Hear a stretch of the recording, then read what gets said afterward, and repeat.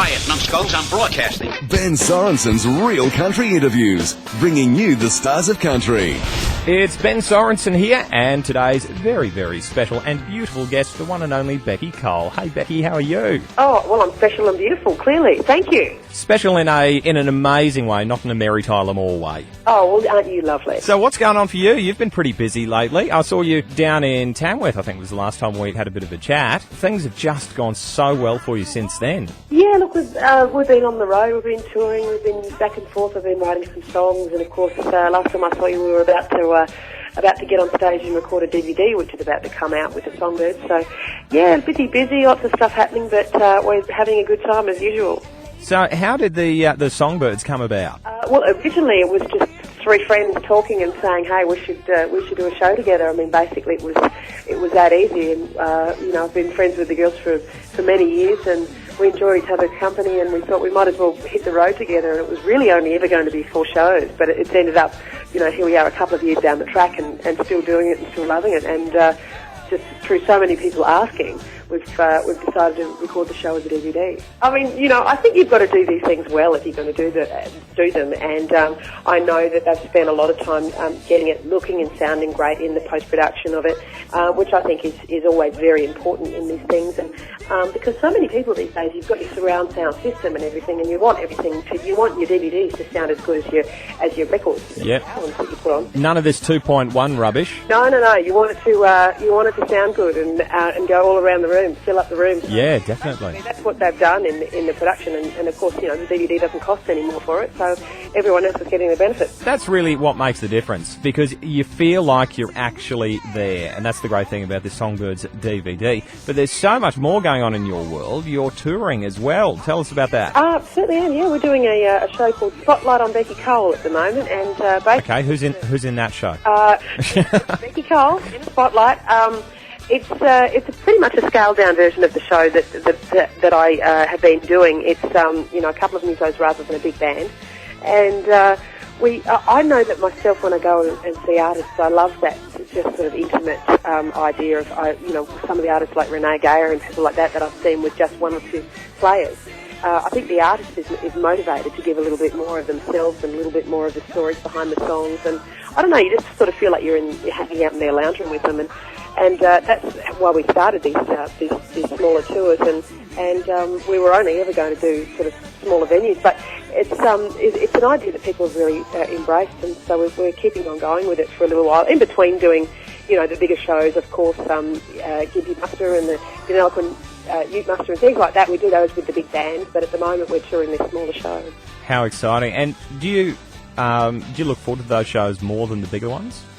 Oh, look, they all have their differences. I mean, I love getting on stage, obviously putting the guitar down and running around like an idiot, but I also enjoy the challenge of sitting there with the guitar, and I'm playing guitar a whole lot more in these shows, obviously, and a lot of the songs that I've put the guitar aside for, I've had to sort of relearn, and they may be songs that I've written the chords to in the first instance, but haven't played them for so long because I've left it up to the band, and so it's a lovely challenge for me as a musician, as well as obviously keeping those stories and being able to offer the audience as much energy as you do with the live shows, but and the energy and the comedy and the stories and all those sorts of things are still there, but to be honest, it's just not as loud as it normally is. You've been really, really busy, and you've also been doing some warm and fuzzy stuff as well with Fire Up, the bushfire repeal concert down in Cessnock. That was absolutely amazing. All reports that I heard back were just brilliant from that, and it's great to see that Australian country artists are really, really keen to give back. Oh, look, without a doubt. I mean, country artists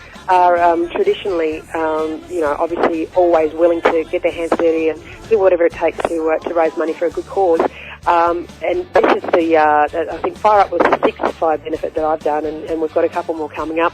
You obviously do what you can as an artist, and it's something that's touched the hearts of all of Australia, and nobody unites better than all the country singers. So we had a great day there, of course, put together by Travis Collins, who did a stellar job. He was just fantastic the way he brought us all together and did all of the nitty-gritty. People have got no idea how much work he did behind the scenes on that. And of course there was Adam Harvey and Catherine Britt, and just some great artists coming together and making it a really cool day. Thank you so much for joining us, Beccy Cole. And if you'd like to check her out live with Spotlight on Beccy Cole, her fantastic tour, you can visit her website for dates, times, places, merchandise and everything else that is Beccy Cole at www.beccycole.com. Thanks for joining us. Thank you. You won't listen to my songs anymore. You ripped my poster off the wall. 'Cause I'm the singer that went to the war. You see no good in me at all. Well, pardon me if I believe I haven't got it wrong. And before you turn your back on me, I'll sing you one more song. 'Cause I shook hands with a digger on the wrong side of the world, with a wife at home who holds her breath and brand new baby girl. And the digger fights for freedom in a job that must be done. And I let go of his hand, so proud to be Australian. And if unlike me you feel no pride at all, then go ahead and take me off your wall. 'Cause I'd prefer to be a poster girl on the wrong side of the world.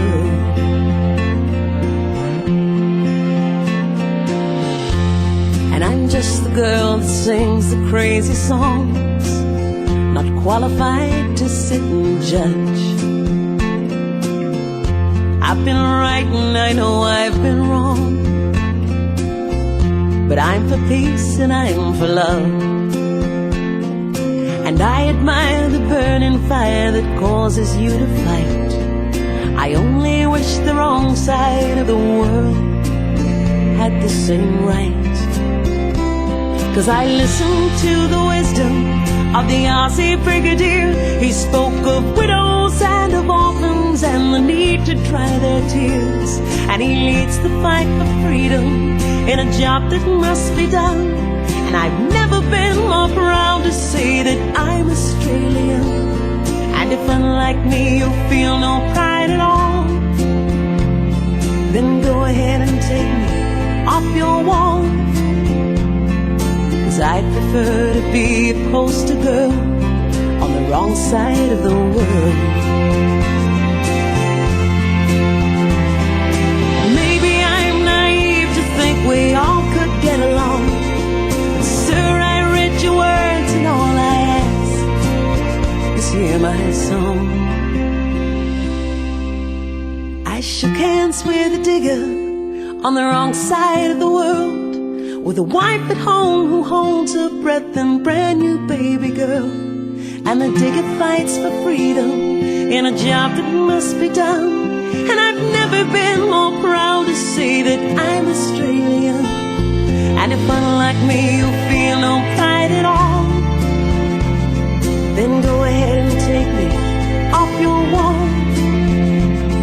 'Cause I'd prefer to be a poster girl on the wrong side of the world. I'm so proud to be a poster girl on the wrong side of the world.